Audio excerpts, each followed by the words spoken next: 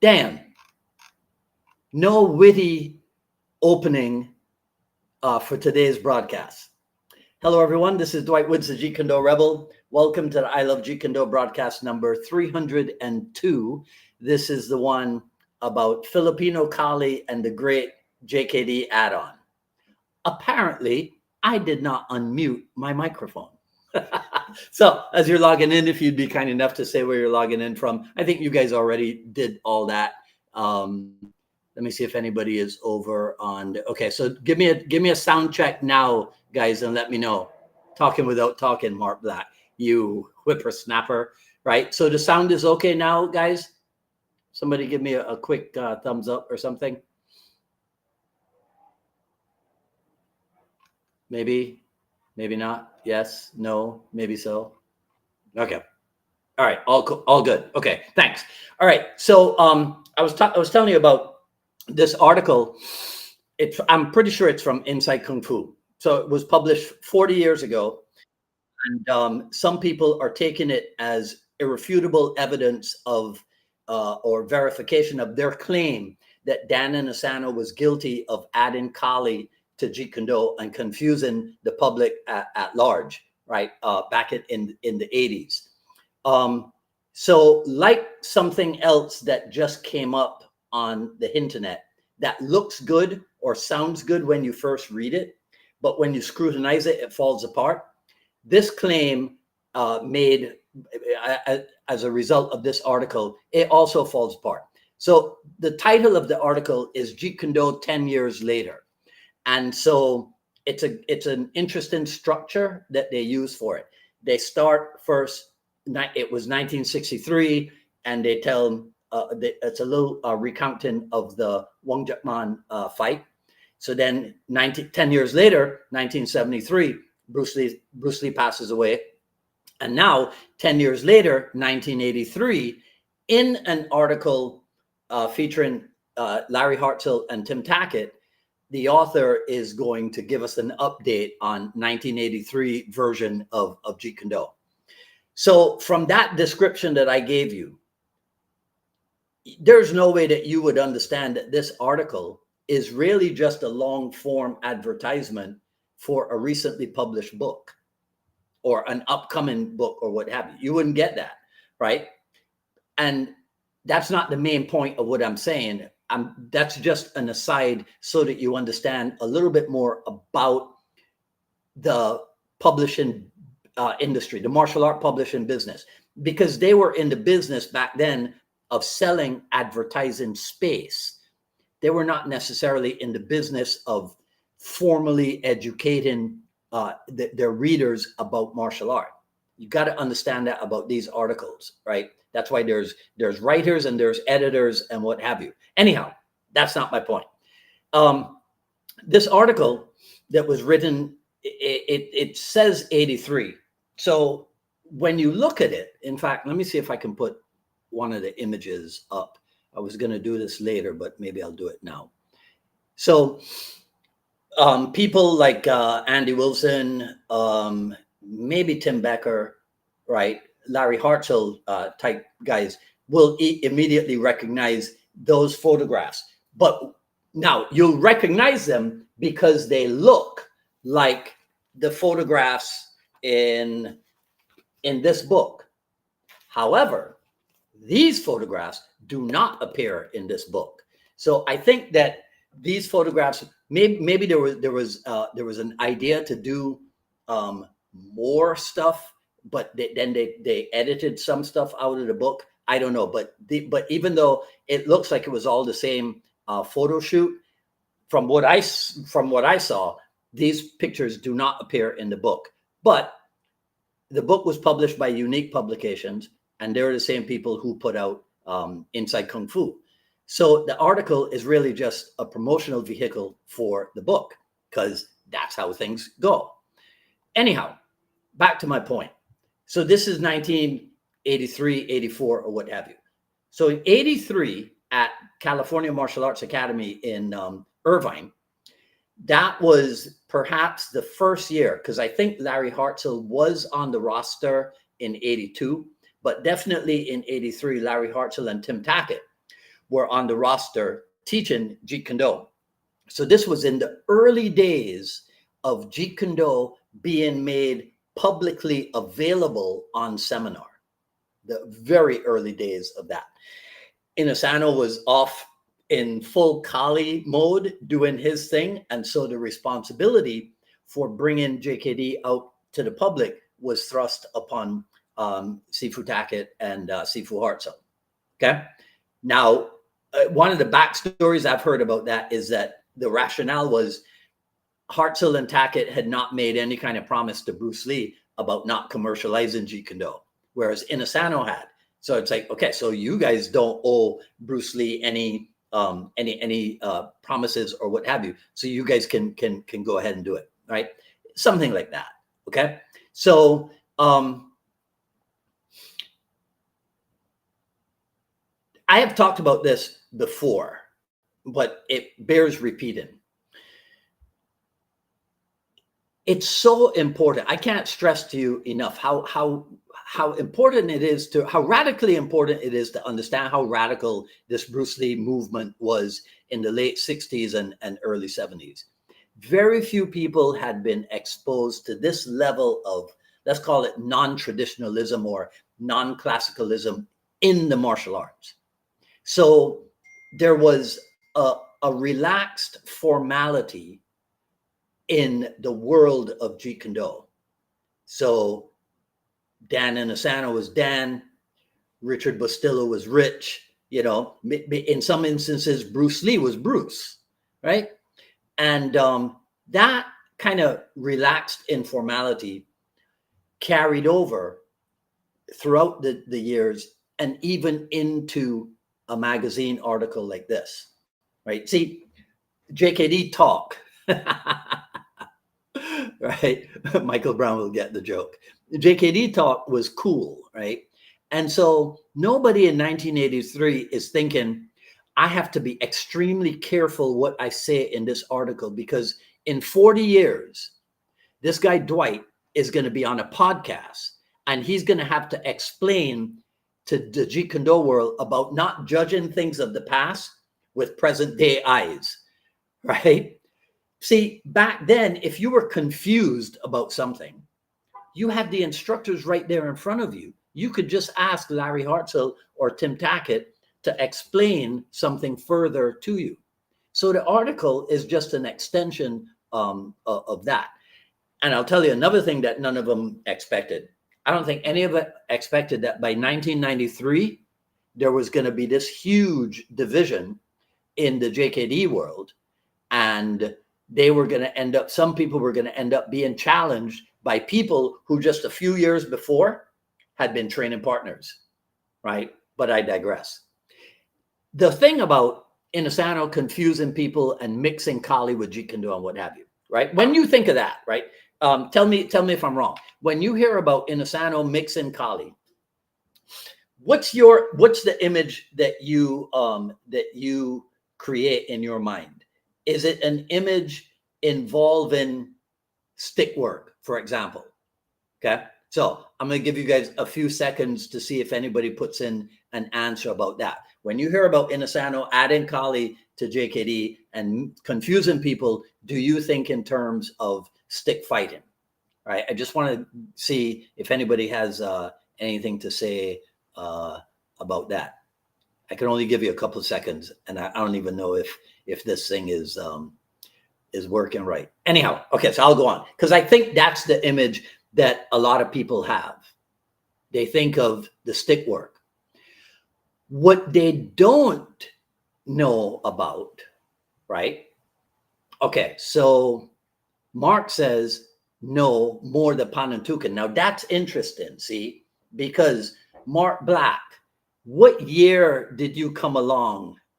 What year did you come along, Mark? Because I guarantee you that Mark Black was not around in 1983.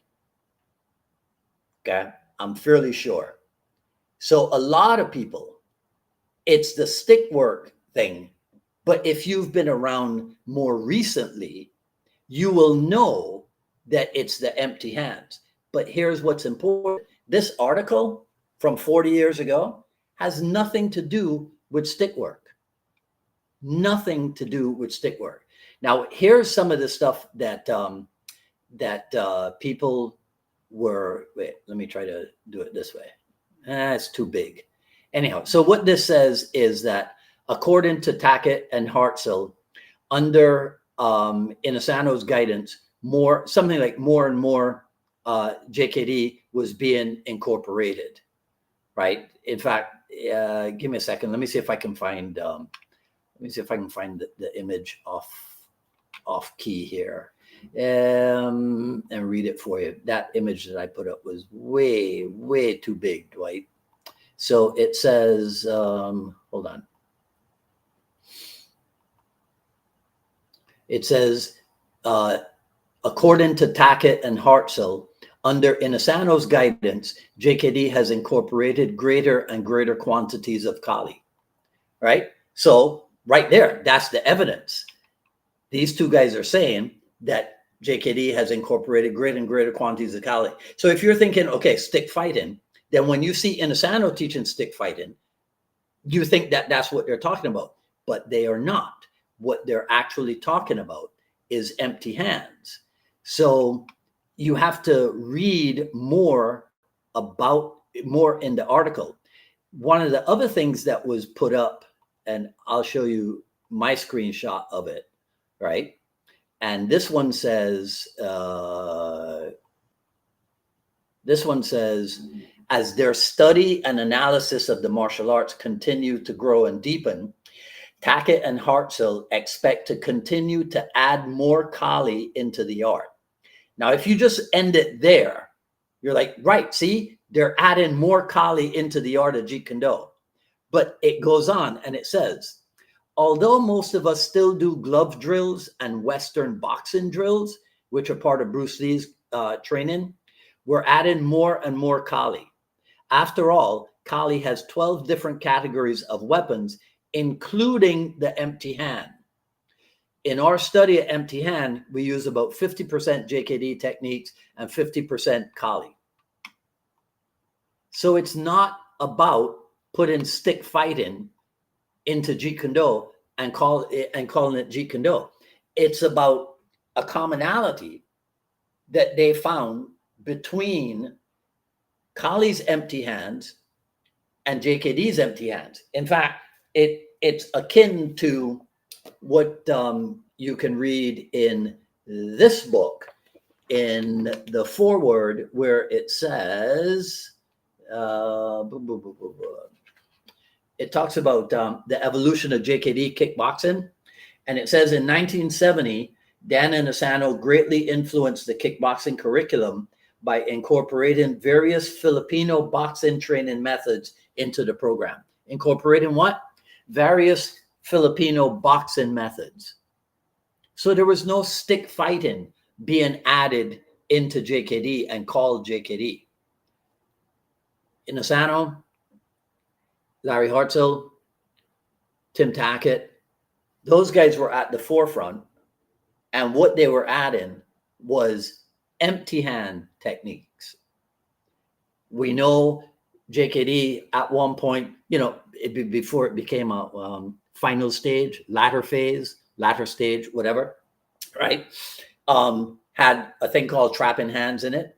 Well, in Kali, what do they call that? They call that the check-in hand, the alive hand, safety factor, all these things. If you read in Sifu Dan's book, Richard Bustillo says, yeah, but there's a lot of commonalities. Both arts stress the lead hand, right? There's all this stuff. You see, in this article, let me wrap this up. What they're talking about is that Jeet Kune Do, it's pointing out how Kali and JKD compare and contrast. So JKD uses the longest weapon to the closest target. So that's almost like JKD attacks first, right? You see, you move on me and I attack into your movement towards me using my longest weapon, my sidekick, right? Against the closest target, which happens to be your knee. Kali, however, does something similar but different. in that when you punch at me, so Kali doesn't attack first, it lets the punch come in. And now the closest target becomes your fist. And that's where, like it showed in the thing, where you do an elbow destruction or what have you. So what it was in this article is not the adding of Kali stick work to JKD. It's showing how Filipino boxing and Bruce Lee's boxing drills worked hand in hand. That's all it said, right? So this is perhaps something that people need to wrap their heads around, that Kali is not just stick fighting. There happens to be a relatively sophisticated empty hand portion to it. Okay. And that's it.